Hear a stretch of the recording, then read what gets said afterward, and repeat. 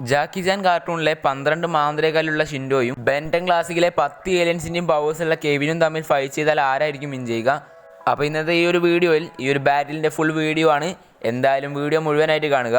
അപ്പോൾ ഈ ഒരു ചാനൽ ഇഷ്ടപ്പെടുകയാണെങ്കിൽ സബ്സ്ക്രൈബ് ചെയ്യുക, വീഡിയോ ഇഷ്ടപ്പെട്ടാൽ ലൈക്ക് ചെയ്യുക. അപ്പോൾ അധികം ഒന്നും പറഞ്ഞ് വയ്ക്കുന്നില്ല, വേഗം തന്നെ വീഡിയോ സ്റ്റാർട്ട് ചെയ്യാം. ആദ്യം തന്നെ ഷിൻഡോയെ പറ്റി തന്നെ നോക്കാം. ജാക്കി ചാൻ കാർട്ടൂണിലെ 8 ഡീമൻസിലെ ഒരു പവർഫുൾ ഡീമനാണ് ഷിൻഡോ. 8 ഡീമൻ സോഴ്സേഴ്സും വളരെയധികം പവർഫുൾ ആണ്. അതിലേറ്റവും പവർഫുള്ളായ ഒരു ഡീമൻ സോഴ്സർ തന്നെയാണ് ഷിൻഡോ. ഫയറിൻ്റെ ഡീമൻ ആണെങ്കിലും ഷിൻഡോയ്ക്ക് അതുകൂടാതെ തന്നെ 12 മാന്ത്രികകല്ലിൻ്റെയും ശക്തിയുണ്ട്.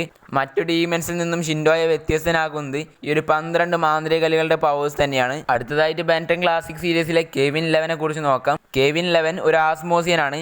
ഒരു ആസ്മോസിയനെ കൊണ്ട് ഏതൊരാളുടെ വേണമെങ്കിലും പവേഴ്സ് അബ്സോർവ് ചെയ്യാനായിട്ട് പറ്റും. ആ പവേഴ്സ് ആസ്മോസിയനെ യൂസ് ചെയ്യാനായിട്ട് കഴിയും. ഇത് തന്നെയാണ് കെവിൻ്റെയും പ്രധാനമായിട്ടുള്ള പവേഴ്സ്. ബെൻടെൻ്റെ ഒമിനിട്രിക്സിനെയൊക്കെ പറ്റി കെവിൻ മനസ്സിലാക്കുകയും ബെൻ തന്നെ ഒരുപാട് തവണ ഏലിയനായിട്ട് മാറുന്നതും കെവിൻ കാണും. ഇത് കാണുന്ന കെവിൻ ഒരു കാര്യം തീരുമാനിക്കും, ബെൻടെൻ്റെ പവേഴ്സ് അബ്സോർവ് ചെയ്യുകയും ബെൻടെൻ്റെ ഏലിയനായിട്ട് കെവിൻ മാറുകയും ചെയ്യുന്നു. ഓരോ ഏലിയനായിട്ടും കെവിൻ മാറുകയും ബെന്നുമായിട്ട് ഫൈറ്റ് ചെയ്യുകയും ചെയ്യുന്നുണ്ട്. അതിനുശേഷം ഈ ഒരു ഏലിയൻ്റെ പവേഴ്സൊക്കെ കൂടി കെവിന് ഒരുമിച്ച് കിട്ടും. അങ്ങനെയാണ് കെവിൻ ഒരു ട്രൂ ഫോമിലോട്ട് വരുന്നത്. ഈ ഒരു ഫോമിലുള്ള കെവിന് ഏത് പവേഴ്സ് വേണമെങ്കിലും ഉപയോഗിക്കാം. ആ 10 ഏലിയൻസിൻ്റെ ഏത് പവേഴ്സും കെവിന് ഉപയോഗിക്കാം. ഇനി ഈ ഒരു ബാറ്റിൽ നോക്കിക്കഴിഞ്ഞാൽ രണ്ടുപേരും ഏകദേശം ഭയങ്കര പവർഫുൾ തന്നെയാണ്. കെവിൻ്റെ കാര്യത്തിലാണെങ്കിലും ഷിൻഡോയുടെ കാര്യത്തിലാണെങ്കിലും രണ്ടുപേർക്കും പവേഴ്സ് ഉണ്ട്. ഇനി ഇവർ രണ്ടുപേരും തമ്മിൽ ഫൈറ്റ് ചെയ്തിട്ട് ഒരു അവസാന വിന്നറിനെ കണ്ടുപിടിക്കാൻ ഇവരുടെ കുറേ പവേഴ്സ് കമ്പയർ ചെയ്യേണ്ടതായിട്ട് വരും. ആദ്യം തന്നെ രണ്ടുപേർക്കും കോമൺ ആയിട്ടുള്ള കുറച്ച് പവേഴ്സ് നമുക്ക് നോക്കാം. ഫസ്റ്റ് തന്നെ ഷിൻഡോയുടെ മെയിൻ പവർ എന്നത് ഫയർ ആണ്. ഫയറിനെ ഒന്നുകൂടി ബൂസ്റ്റ് ചെയ്യാനായിട്ട് ഷിൻഡോയുടെ കയ്യിലുള്ളതാണ് ഡ്രാഗൺ മാന്ത്രികകല്ലും അതുപോലെ തന്നെ പന്നി മാന്ത്രികകല്ലും. ഈ 2 മാന്ത്രികകല്ലും ഈ ഒരു ഫയറിന്റെ പവറിനെ ഒന്ന് ബൂസ്റ്റ് ചെയ്ത് കൊടുക്കും. ഇനി കെവിൻ്റെ കാര്യത്തിൽ നോക്കിയാലും കെവിന് ഹീറ്റ് ബ്ലാസ്റ്റ് എന്ന ഏലിയൻ്റെ പവേഴ്സ് ഉണ്ടായതുകൊണ്ട് ഫയറുമായി ബന്ധപ്പെട്ട എല്ലാ പവറും കെവിനുമുണ്ട്. അതുകൊണ്ട് ഫയർ എന്ന പവർ 2 പേരിലും കോമൺ ആണ്. അതുപോലെ തന്നെ 2 പേരിലും കോമൺ ആയ മറ്റൊരു പവറാണ് സ്പീഡ്. 2 പേർക്കും അപാര സ്പീഡാണ്. കെവിൻ്റെ കാര്യത്തിലാണെങ്കിലും ഷിൻഡോയുടെ കാര്യത്തിലാണെങ്കിലും 2 പേരുടെയും സ്പീഡിൽ ആരാണ് മുന്നിലെന്ന് നമുക്ക് ഒരിക്കലും പറയാൻ കഴിയില്ല. അതിനുള്ള പ്രധാന കാരണം ഷിൻഡോയുടെ കാര്യത്തിലാണെങ്കിൽ മുയൽ മാന്ത്രികകല്ലും കെവിൻ്റെ കാര്യത്തിലാണെങ്കിൽ എക്സലറേറ്റ് എന്ന ഏലിയനുമുണ്ട്.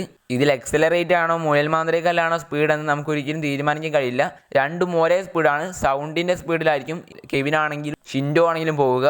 ഇനി ഇവർ 2 പേരിലും സ്ട്രെങ്ത്തിൻ്റെ കാര്യം നോക്കിക്കഴിഞ്ഞാൽ കെവിൻ്റെ പ്രധാനമായിട്ടുള്ള സ്ട്രെങ്ത് എന്നത് 4 ആംസ് ആണ്.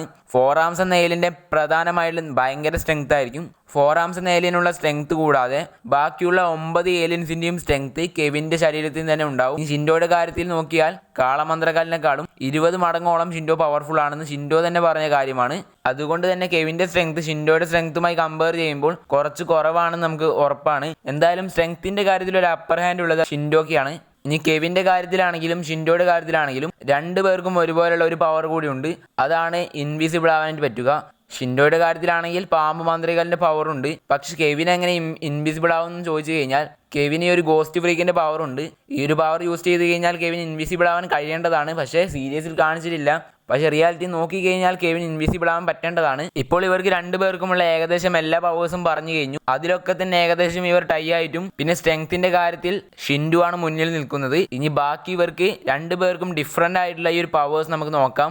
കെവിൻ്റെ കാര്യത്തിൽ നോക്കിക്കഴിഞ്ഞാൽ ഷിൻഡോവിനില്ലാത്ത കെവിനുള്ള പവേഴ്സ് നോക്കിക്കഴിഞ്ഞാൽ പ്രധാനമായിട്ടുള്ളത് ഡയമണ്ട് ഹെഡിൻ്റെ പവേഴ്സ് തന്നെയാണ്. അതിനുശേഷം പിന്നെയുള്ളത് അപ്ഗ്രേഡിൻ്റെ പവേഴ്സും. ഈ 2 പവേഴ്സുമാണ് കെവിന് ഷിൻഡോയിൽ നിന്നും ഡിഫറൻ്റ് ആയുള്ള 2 പവേഴ്സ്. ഇനി ഷിൻഡോയിൻ്റെ കാര്യത്തിൽ നോക്കിക്കഴിഞ്ഞാൽ നായമാന്ത്രികകല്ലും കുതിരമാന്ത്രികകല്ലും ഈ 2 മാന്ത്രികകല്ലിൻ്റെ പവേഴ്സും ഷിൻഡോവിന് ഇമ്മോർട്ടാലിറ്റിയാണ് കൊടുക്കുക. ഷിൻഡോ ഒരിക്കലും മരിക്കില്ല. അതുപോലെ തന്നെ കുരങ്ങ് മാന്ത്രികകല്ലും കോഴി മാന്ത്രികകല്ലും ഈ 2 മാന്ത്രികകല്ലും ഷിൻഡോവിന് കെവിനെ ഓപ്പോസിറ്റ് ആയിട്ട് ഫൈറ്റ് ചെയ്യാനായിട്ട് ഉപയോഗിക്കാം.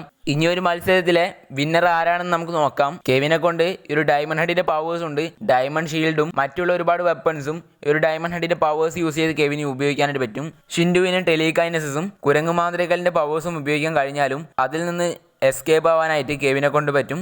അതുപോലെ തന്നെ കെവിൻ ഉപയോഗിക്കുന്ന അറ്റാക്കുകളിൽ നിന്നും ഷിൻഡോവും എസ്കേപ്പ് ആവും. പക്ഷേ ഈ ഒരു ബാറ്റിൻ്റെ ഫൈനൽ വിന്നറായിട്ട് ഷിൻഡോ ആയിരിക്കും മാറുക.